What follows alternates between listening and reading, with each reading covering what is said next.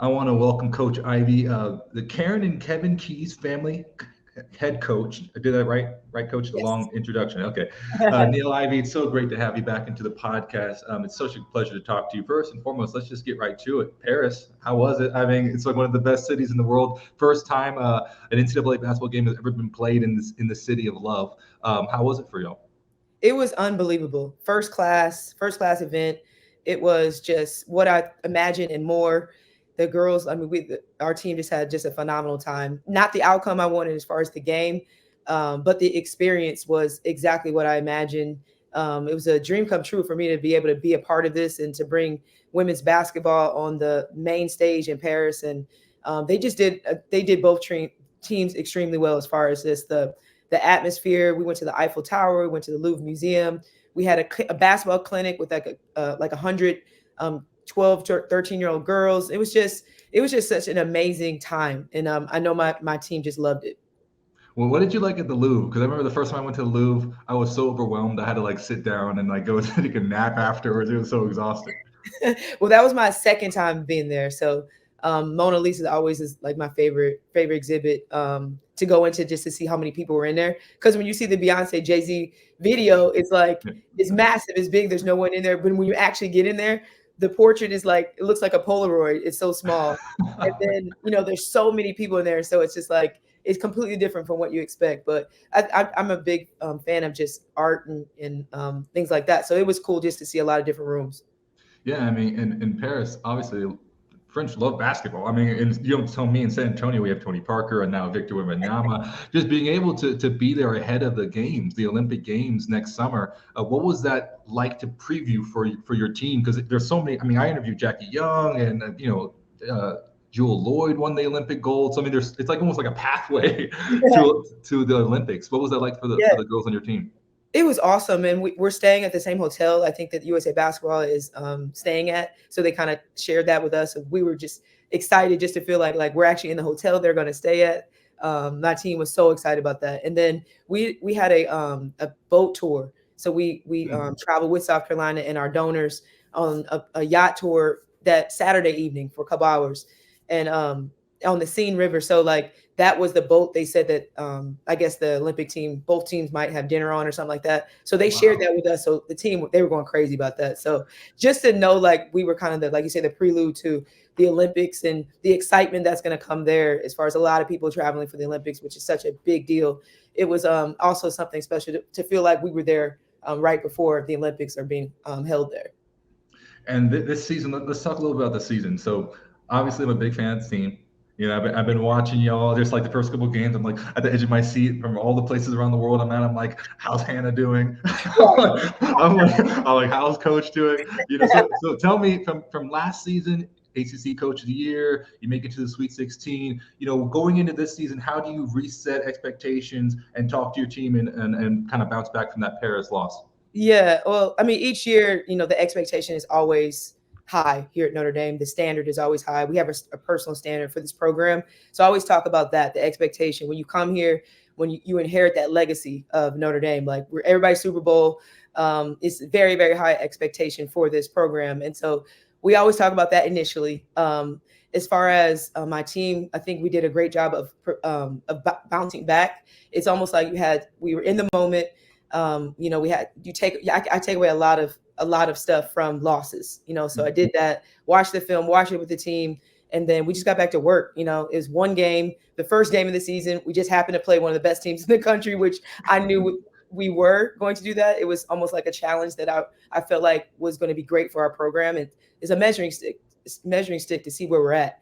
And they responded. We got back to work, had some great days of practice, and then yesterday we were happy just to be able to play someone else and kind of get that out of our system, that loss out of our system, so we can move forward. Yeah, I mean, the score line was 104 to 57. So you got out of your system. Very happy to play someone else. You Yeah. know, when you were in Paris playing South Carolina, I couldn't help but notice Magic Johnson watching and then like tweeting about the game and one of the plays that the South Carolina player was doing. But it was just Yes. so amazing to me because I'm like, coming off of the NCAA tournament with LSU and with UConn, and there's so many like in Iowa. There's so many great storylines coming out. How have you seen the environment around women's basketball change this season?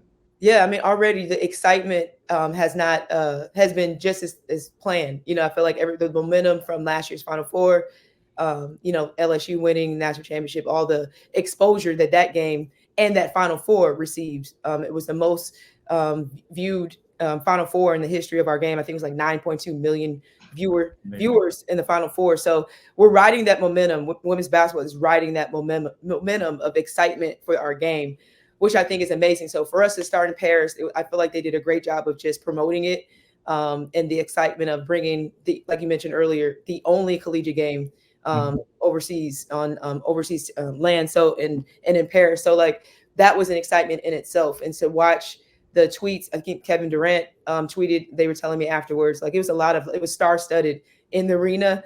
It felt like I was like, I feel like I'm in a Final Four game. The atmosphere was unreal. The energy was amazing every day. Even in practice, we were just so excited to practice. Just to be there was awesome. And so Magic Johnson bringing awareness to the game. Kevin Durant, speaking on Hannah, speaking on Malaysia from South Carolina. Like that's what you want. You want eyeballs. We want eyeballs on our game. And so I thought that was awesome. And just to get the respect that I know coaches have been talking about for decades, so it's just awesome to be a part of it. And it's really exciting just to see so much support and love for the women's game. It's just so interesting to me because, like, when I was in school, I mean, everyone who like has touched a basketball knows Skylar Diggins can play basketball. You know what I'm saying? Like he doesn't. But so it's interesting to see the difference between, I guess, an average fan of the sport versus like a Kevin Durant or a Magic Johnson, who they're like game recognized game. Why is there this gap, and why did it take so long? Yeah, I don't know. Honestly, it didn't make sense. I feel like we've as coaches and as a player, I played, so I feel like we're doing. It's just like you said, game recognizes game. Like we've been playing like this for a long, long time. Just have stars like that are emerging. Some of your stars emerge mostly in the WNBA, but Skylar was the first to emerge on the national scene. And everyone knew who Skylar was now. And everyone knows who Angel Reese is. Everyone knows who Caitlin Clark is, Paige Becker. So, and now everybody knows who Hannah Hado is and Olivia Miles, so all these big name players or all these incredible programs are emerging and being household names. And it's about time, to be honest, like, because I feel like this game has been incredible for a very long time and it's with some incredible coaches. So I want to talk about Hannah and Olivia. You mentioned both of them. What has Olivia's development been like since she's been part of the program? Yes, it's been awesome. And like she came in just Byron. Like she came in, I'm lucky that I'm getting these type of point guards because I mean her IQ and what she does on the court. I will never forget her first practice.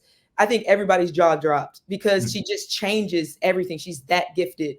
And so what she's done every year, she's gotten better. Unfortunately, she's, had an injury, as we all know, last year, but she looks great this year. And when you're out with an ACL or any type of injury that sidelines you, you get a chance to see the game from a different perspective. So she's going to be better even just for mentally having to sit out. It gives you like a different appreciation for the game. And she's so locked in and she can see her spot. She can see where she can really help us. And so that's going to be amazing when we see her back on the floor with us. But every year she's gotten better. She's, probably been on every person's watch list for the past couple seasons. She was in the Fire as an early enrollee freshman. And so all that experience is really going to help her as she continues to help and lead us when she comes back. And what about Hannah Hidalgo attracted you when you first saw her and you were recruiting her? Because obviously she's exploded already, but just when you first saw Hannah play. I was just like, she is such a dog. And everybody talks about her being a dog. Like her energy is contagious the way she plays. She plays with this level of confidence and swag that you do not see very, very often. I always say like she kind of reminds me of Skylar when I was watching Skylar as in high school, just the way she impacts the game, her presence on the court. Like she's small, she's only like 5'7", but she has a big presence on the court. On the defensive end too. Like she loves defense. She loves picking people's pockets. Rare. She loves steals. Rare. She loves playing defense. Like as a coach, I'm begging people to play defense sometimes. You know what I mean? Like that's not people want to, make assists and score baskets. Let's be honest. But Hannah, she wants to get steals. And so having somebody like that, I was blown away when I first saw her. I was like, this is the feistiest little guard in her whole class. And and then to get to know her, and she's just a sweetheart off the court, but on the court, she's a different person. And I love that. So that's the first thing I noticed was her energy and just her fearlessness when she plays. Yeah, I mean, because I'm a nerd on basketball, so I mean, I just love thinking about guys like Michael Jordan, who how can you lead the league in scoring and be like the defensive player of the year? Like it's just like Hakeem Olajuwon, like those kind of players are so rare nowadays. Where I'm like in the NBA, I'm like, can anyone do that again? And then to see that you're just like Hannah loves play defense, that's great. I love that. That's how I feel. Trust me, that's how I feel. So let's talk about the Shamrock Classic. So the Citi Shamrock Classic this year, it's going to be this Saturday, November 18th in Washington, D.C. Yes. Last year was the first inaugural edition, if I remember correctly, right? And it was against Cal. It was just amazing. I was watching it on TV, and I saw Zor calling it, and I was just like, this is amazing to see prime time game. So what about this weekend? What have you learned from last year, from your hometown in St. Louis to now going to D.C.? How have you prepared the team? Yeah, well, like you said, just being another part of another first, and being the first historical game on NBC, that was such a big experience for us as a program. And I always feel like at Notre Dame, we're always trying to put ourselves in these type of positions with our national brand. And so grateful for that and the partnership that we have with NBC. And so last year with Charmin Smith, the connection was, she was from St. Louis. 2 Black first African-American female head coaches in Bro's program. So that was kind of the highlight of that game and matchup. And then for this year, we're playing Illinois, another up-and-coming powerhouse. They have a brand new coach. This is her second season. So we feel like playing like a really good Big Ten school. And then being, in DC is an opportunity for us to really kind of tour DC. We're going to go to the African-American History Museum with the team on Friday and bring a group of young girls with us. It's all about, being a role model as well, the impact that we can have on the community and using our platform for good. We might have a couple speakers that will speak to our team. So we're excited not just to play the game, but to give our team another experience. And that's really important. And it's all about empowering our young student athletes. And we're going to get a chance to do that now in DC on another national stage. Yeah, I'm just trying to think as an 18 to 22-year-old, everyone that I talk to from your program, it just seems like they understand that they're ambassadors, Yes. And it's just really amazing to me because I feel like at other top, because you're ACC regular season champs. You guys are like, it's like a top 10 program, and yet they understand the maturity that comes along with being, wearing the ND. How do you communicate that to all the recruits that come in? Yeah, that's the number one thing that I preach about Notre Dame and the brand and the network and how it's going to impact your life for more than just the 4 years you're here. We always talk about the 4 for 40 or 4 for forever. Like this brand being a part of this university is so massive. It's so special. It's very unique. And I talk about that all the time. I let them know, like, we're always trying to give them experiences that are life-changing for them and try to introduce them to a lot of powerful people that can help them along the way. Just like with our alum, that's something I talk about a lot because that's what Notre Dame does. It's a powerful brand, it's a powerful network. And, I try to explain that and express that in the recruiting process because it's different. I always talk about Notre Dame. It's a very unique institution, but we do a great job of just empowering our student athletes and our campus, all the students. It's a very powerful brand. And I talk about that all the time when I talk to recruits.